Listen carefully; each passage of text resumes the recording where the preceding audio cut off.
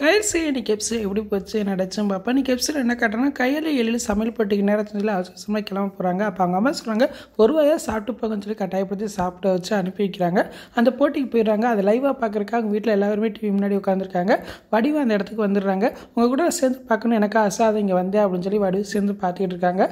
அங்கே செஃப் சொல்கிறாரு, இந்த ரவுண்டில் என்னென்னா உங்கள் முன்னாடி ஒரு பெட்டி இருக்கும், அந்த பெட்டியில் என்ன இருக்கோ அதுக்கு தகுந்த மாதிரி தான் நீங்கள் சமைக்கணும் அப்படின்னு சொல்கிறாங்க.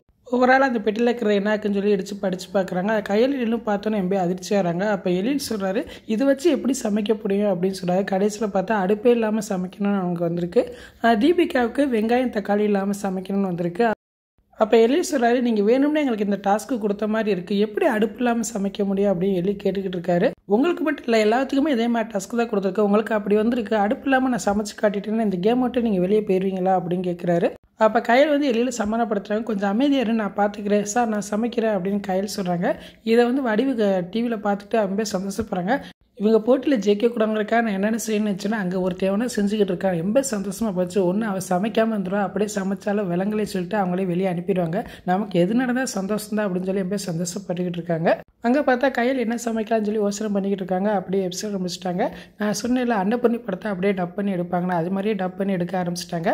நாளைக்கு எபிசோட் எப்படிக்கும் பார்த்து பேசுவோம். இந்த வீடியோ பிடிச்ச முடிவுக்கு லைக் கொடுங்க, மறக்காமல் சப்ஸ்கிரைப் பண்ணுங்கள். தேங்க்யூ.